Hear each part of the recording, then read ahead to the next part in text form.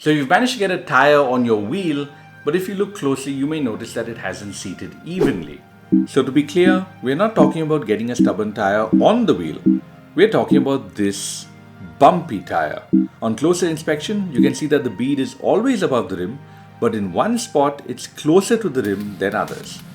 If you ride your bike like this, your ride will be lumpy, and in the long run, that may be the least of your worries. Now, there are a number of ways in which you can fix this problem, and in this video, we're going to be discussing most of them.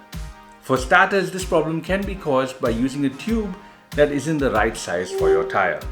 Tubes that are too small or too large can both be problematic. So, just use the right size tube for a possible easy fix. Bulges can also be caused by a section of the tube getting under the bead of the tire. Quite dangerous, but easy to fix by just ensuring your tube is properly inserted. Another solution is to pump the tire gradually, massaging portions where the bead line has dipped below the rim to make sure those sections are properly seated. This has never really worked for me, and as the pressure increases, it becomes increasingly difficult to reposition the bead, but you could definitely try it. The next solution would be to pump up your tire a bit beyond its rated pressure. It's possible that this excess pressure will cause the bead to pop. I've pumped up my 115 psi tires to 125.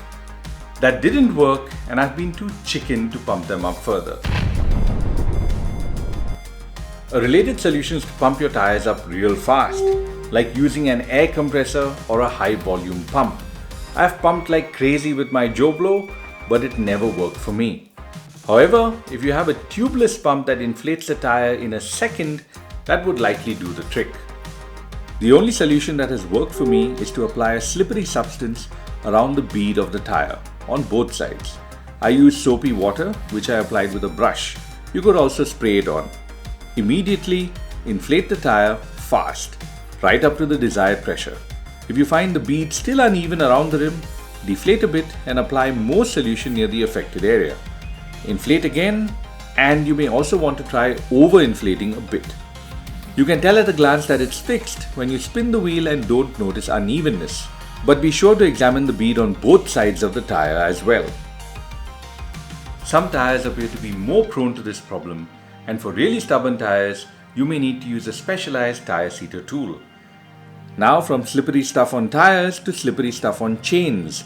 Go watch my video on waxing your bicycle chain for a super clean and efficient drivetrain. Until next time, ride safe.